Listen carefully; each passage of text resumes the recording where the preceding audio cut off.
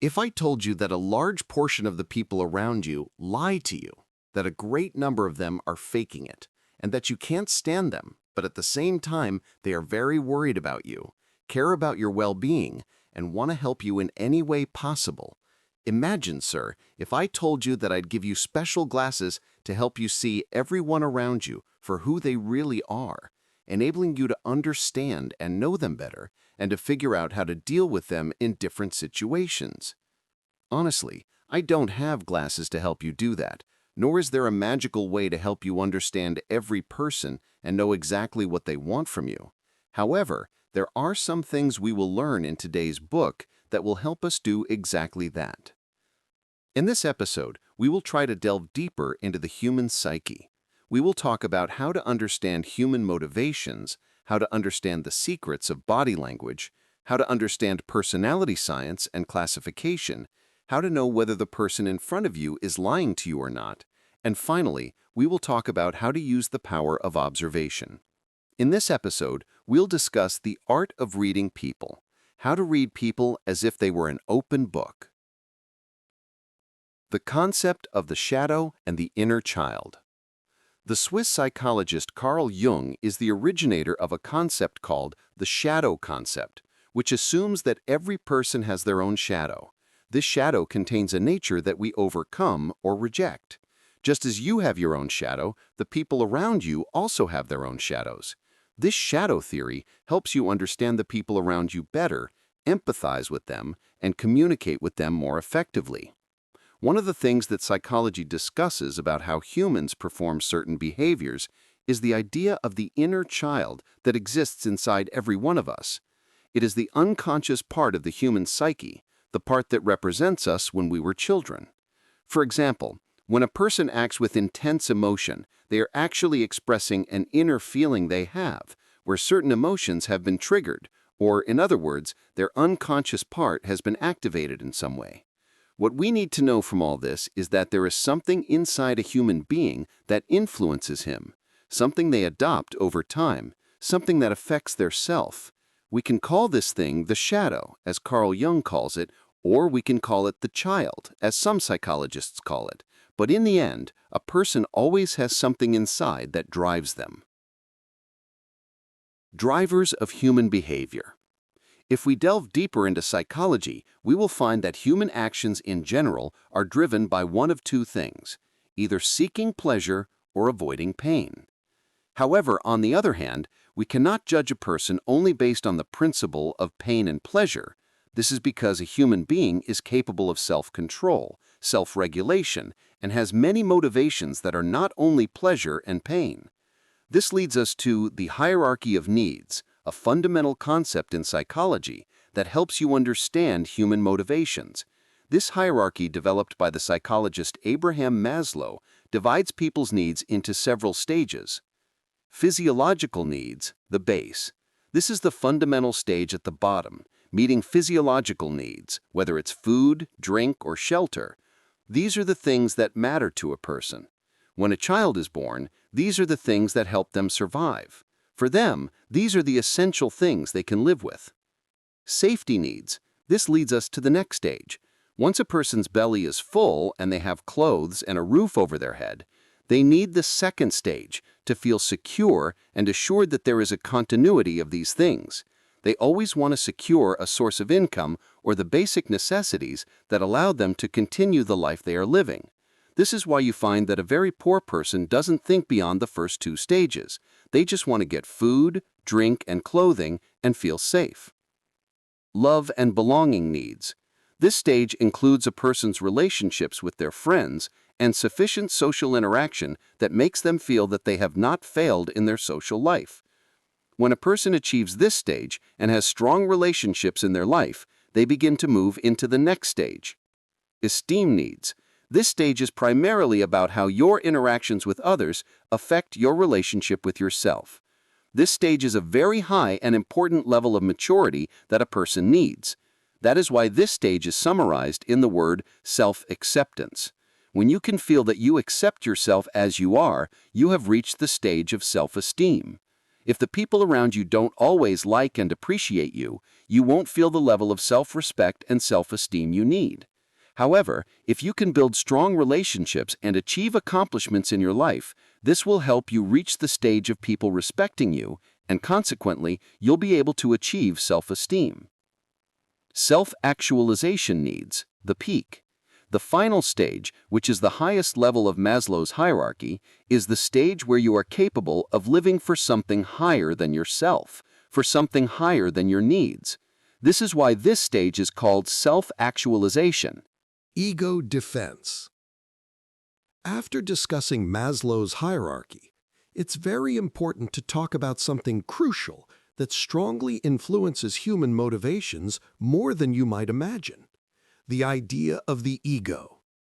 Humans always try to defend the ego they possess. This is what makes a person unconsciously resort to what are known as psychological defense mechanisms. These mechanisms include 4 important things. 4 ways a person defends their ego. Denial. You simply try to consider the reality as false. Rationalization. This is the idea that you invent excuses. Anything negative that happens to you must have a reason, and you can never be held accountable because you are always the least mistaken person. For you, any mistake that occurs is a mistake committed by someone else. Repression. The person tries to push a certain idea or feeling away from their consciousness so that they gradually forget it. Projection. The person who feels unwanted negative emotions tries to project this onto another person or object. They always try to blame people and things for the flaws they have and the mistakes they commit. For example, you look at the person in front of you as a failure, but in reality, you are the failure.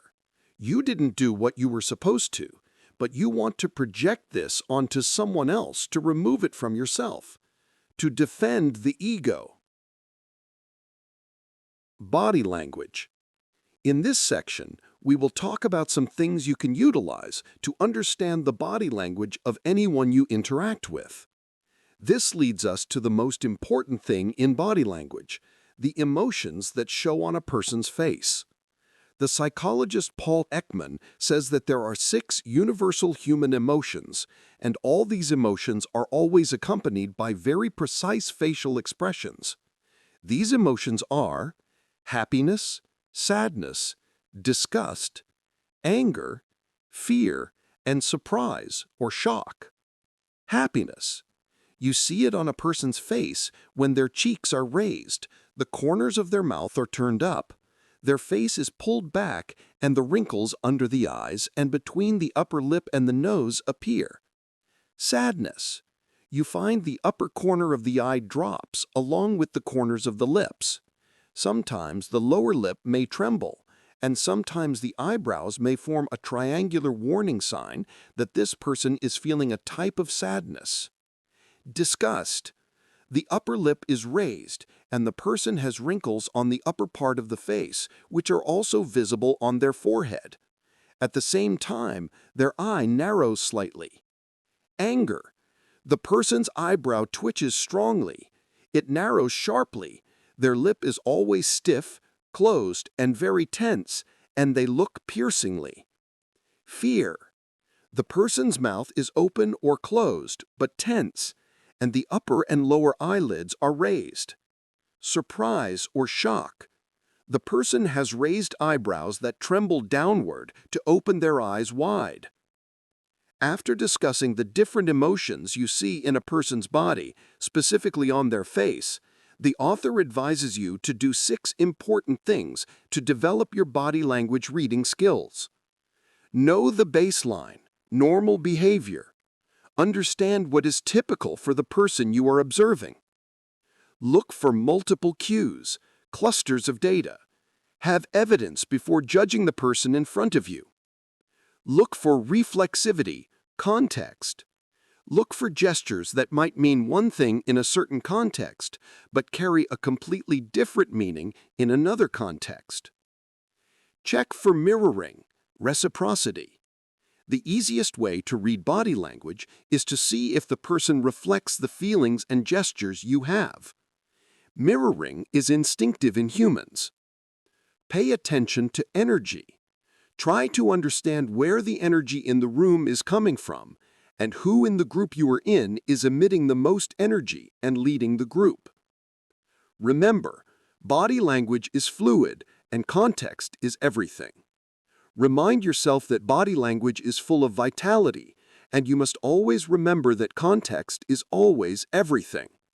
Personality tests. In this section, we will talk about 3 types of personality tests that help you understand yourself and the people around you. 1. Myers-Briggs Type Indicator, MBTI. This indicator can be divided into 4 dichotomies: extroversion versus introversion. The extroverted person is generally practical in life compared to the introverted person, who always tries to lean towards contemplation. Sensing versus intuition. The sensing person perceives their surroundings through their senses. They always receive information from the external world around them by using their 5 senses. You find this type of person makes immediate decisions based on their experiences. The intuitive person believes the information that comes to them through external evidence. You find this person delves into details more and more and tries to connect things. This may take a little time. Thinking versus feeling. The thinking person makes their decisions primarily based on logical thinking. They try to think realistically. The feeling person makes their decisions based on emotion. Thinking is simply making a decision using your mind, while feeling is making a decision using your heart. Judging versus perceiving. The judging person is the type of person who has a specific system and structure and feels a sense of self by controlling the environment around them. This type of person judges people based on their past experiences. The perceiving person is one who improvises more different options in life. For them, unlike the judging person, organization is something that limits their potential. Each of us has a different personality, which is why each person leans toward a specific part of the 4 dichotomies, a part that makes their personality distinct and unique from everyone else. 2. Keirsey Temperament Sorter. This type of test divides people into different temperaments. Guardian, the protector. This type of person tends toward belonging and is skeptical of the society around them. You find them always confident in themselves and their abilities. This type of person is also practical and organized, and you find that organization is one of their biggest strengths. They are always excellent at organizing, facilitating, supporting, and reviewing things. This type of person is often suited to be a manager or in charge of a certain responsibility. Artisan, the crafter. The lives of this type of person are characterized by vitality. They have a great capacity for adaptation and always seek stimulation, excitement, and artistic skill. They care a lot about leaving an impact on the people around them. Their strengths include planning, quickly discovering and solving problems, and controlling the tools, machines, and equipment they have. Idealist, the counselor. This is the person who finds meaning in their life when they help others be their best selves. The idealist is abstract and can be compassionate and always seeks the meaning of everything in life.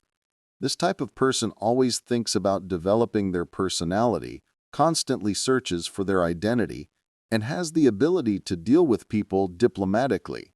Their strengths include the ability to clarify anything, unify different opinions in any group, inspire others, serve as guides for people, and effectively invite people. Rational, the planner. This person is characterized by great efficiency and usually has high self-satisfaction. The rational is always objective and abstract and constantly seeks to master what they do. They have a strong capacity for self-control, and are always busy developing themselves and their competencies.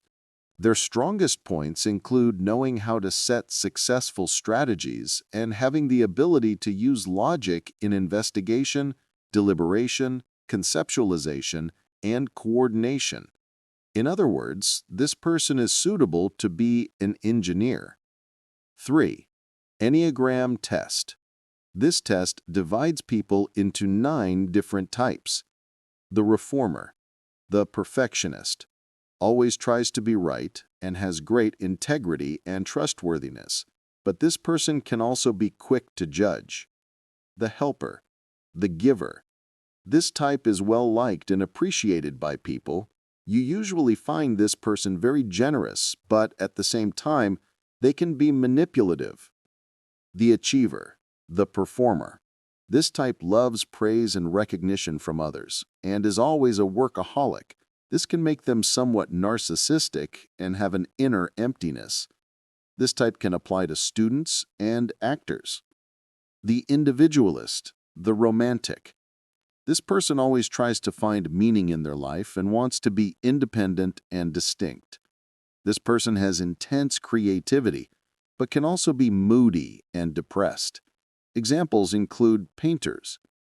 The investigator, the observer. This person strives to be knowledgeable and highly competent. This person is most of the time objective, but tends to keep themselves distant from others. Examples include researchers in any field. The loyalist, the questioner. This type has great depth of thought when planning anything and is extremely loyal to everyone they care about. But at the same time, they are suspicious of everything. On the other hand, they have a type of paranoia. This can apply to police officers. The enthusiast, the adventurer. This person loves adventure very much. This type of person has intense vitality and at the same time the ability to exploit everything around them. This type of person can apply to people who constantly seek excitement or actors. The challenger, the boss. This type of person likes to be in control and loves to be in a position of power. This makes them always seem aggressive and extreme. This applies to types of people like authoritarians and those who work in the military. The peacemaker, the mediator. This type of person always loves stability and is characterized by the ability to mediate between people in different situations. They are simple and accept everything. Examples include people who adhere to societal norms as well as grandparents. Whatever method you use to learn about your personality or the personality of anyone else, you should know that all these personality patterns are attempts to understand the human being. All the patterns we have discussed so far are attempts to understand the person in front of you or even to understand yourself. In the end, they are all tests that help you get closer to your personality. Detecting lies. There are general tips that help you detect whether the person in front of you is lying or not. These general tips help you discover it, but in a professional way, meaning you try to draw them into conversation and make them do some things to understand whether they are really lying or not. Let the person volunteer information. The first thing you do is sit and let the person in front of you volunteer information, meaning you don't try to confront the person and try to pull information out of them, but rather let them talk comfortably. It is preferable not to let them know that you know anything at all. Remain calm and natural. It is very important to remain calm and natural. The author says you don't have to focus too much on the signs and individual clues, such as touching their nose, looking to the right, or being confused in speech. Instead of trying to do all this, the author advises you to look at their response. The response of the person in front of you, in general, during the transitions that occur in the conversation between you. Listen to their stories. One of the important things you can do is listen to the stories the person in front of you may tell you that may seem long or unusually detailed. Take your time. It is very important to take your time because you won't be able to understand whether the person in front of you is deceiving and lying to you unless you observe them over the long term. Also, try to focus when dealing with this person on the idea of contradictions. Do they say one thing and then say another? Do they say one thing initially and then contradict what they say? Interpret in context.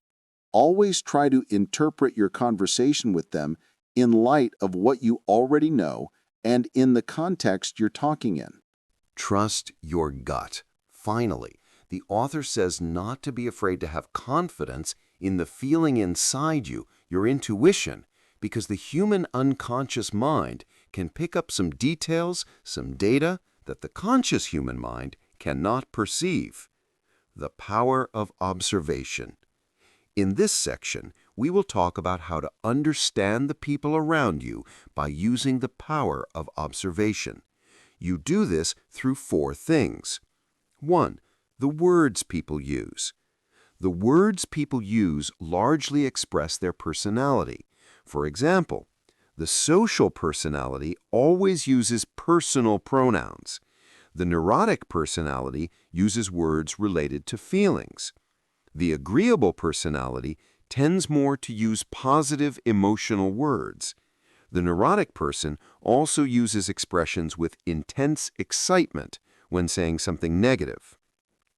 The liar talks a lot, tries to use more logical words, minimizes the use of personal pronouns, and tries to tell you a story that is easy to follow and relay.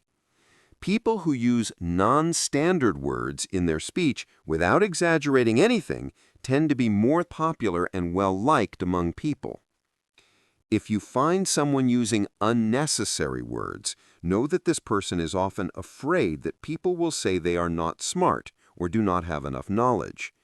The author also says that there are questions you can keep in mind while talking to anyone, questions that make you know this person better. For example, you can ask yourself, does the person use many pronouns? Do they use emotional and dramatic words? Do they use linguistic terminology or technical language? Do they use very complex words or simple words? Does the person try to swear a lot? You can ask yourself what vocabulary they use when they speak so that you can understand the frame of reference of the person in front of you. Also ask yourself, does the person imitate your language? Do they repeat the phrases or small words you use? Because this may be a sign that they are seeking to align and connect. 2. Reading people's behavior online. This leads us to the second point, how to read people's behavior online. The author says to try to start with emails. The person who emails you late at night is likely a night owl, someone who stays up late. One of the important things you should pay attention to is that people are more likely to show their true, less than ideal personality on social media. You find some posts on social media that may tell you some things about this person's personality without the person telling you about them. The author also says that the type of photos posted on social media largely expresses the characteristics of the person in front of you. For example, a person with a high degree of openness or neuroticism often has photos with neutral facial expressions instead of positive expressions. Meanwhile, a person who is agreeable, social, has photos with smiles and many positive emotions. 3. Reading people in the workplace. This leads us to the third point, reading people in the workplace. The author says that one of the simple things you can use to know the person in front of you is to shake their hand. If they shake your hand without enthusiasm, this may mean they have low self-respect, lack of interest, or lack of commitment. The person you shake hands with and find their hand sweaty is feeling anxious. The person who leans toward you and tries to squeeze your hand is trying to control the situation and the meeting between you in some way. The author also says that generally, the more open, warm, and comfortable the handshake is, the more this person tends to be social and agreeable. 4. Indirect questions to get direct information. This leads us to the final part, indirect questions that help you get direct information.